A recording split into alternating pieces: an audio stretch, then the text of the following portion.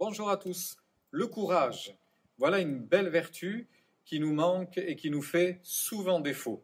Et pourtant, Dieu permet que vous puissiez le servir avec courage.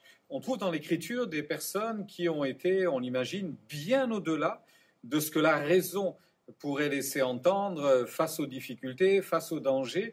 On a plutôt tendance à être prudent et réservé, et c'est bien normal.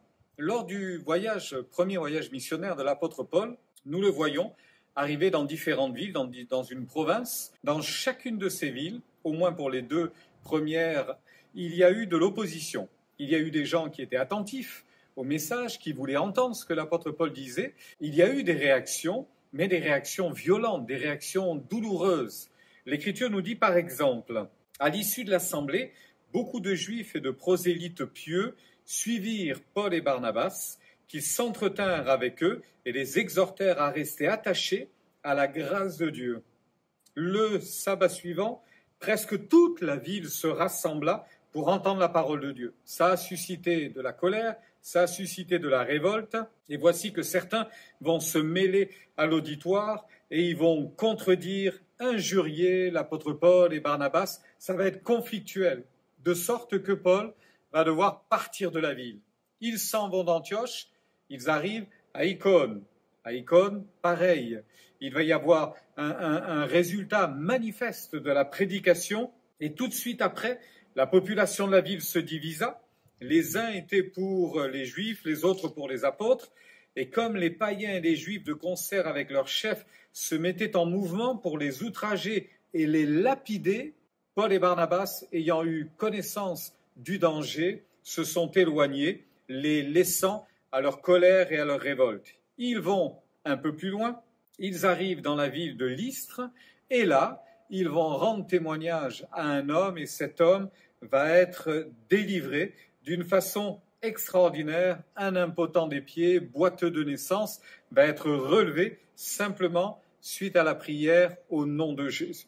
Ça va provoquer l'effervescence dans la ville, mais écoutez donc. Alors survinrent d'Antioche, d'Icône, des Juifs qui gagnèrent la foule et qui, après avoir lapidé Paul, le traînèrent hors de la ville, pensant qu'il était mort. Malheureusement, aujourd'hui encore, il existe des endroits dans le monde où des chrétiens sont persécutés et sont même lapidés.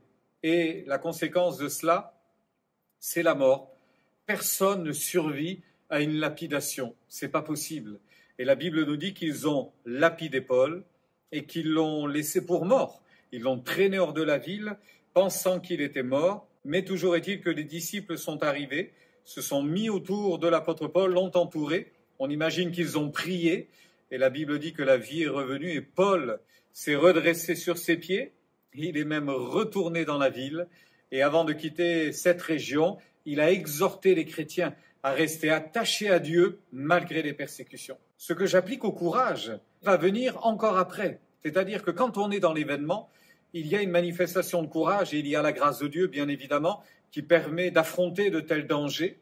Mais plus tard, l'apôtre Paul est retourné à Jérusalem, il a fait rapport de sa mission et la Bible dit que plus tard, il va s'adresser à ceux qui sont autour de lui et notamment à Barnabas et il va dire « Retournons visiter les frères dans toutes les villes où nous avons annoncé la parole du Seigneur pour voir en quel état ils sont. » Vous vous rendez compte?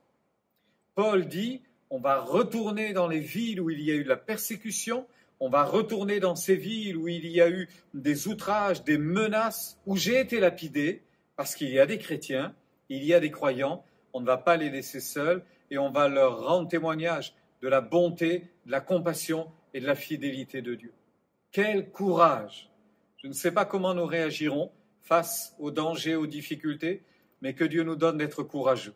Que Dieu nous permette de ne pas craindre d'aller, de retourner voir des personnes, rendre témoignage à des personnes, même si ça ne s'est pas très bien passé. La parole de Dieu est une semence Que Dieu nous accorde sa grâce, qu'il nous donne d'être toujours plus courageux, en nous souvenant que nous sommes faibles, mais par lui, nous sommes forts. Que Dieu vous bénisse.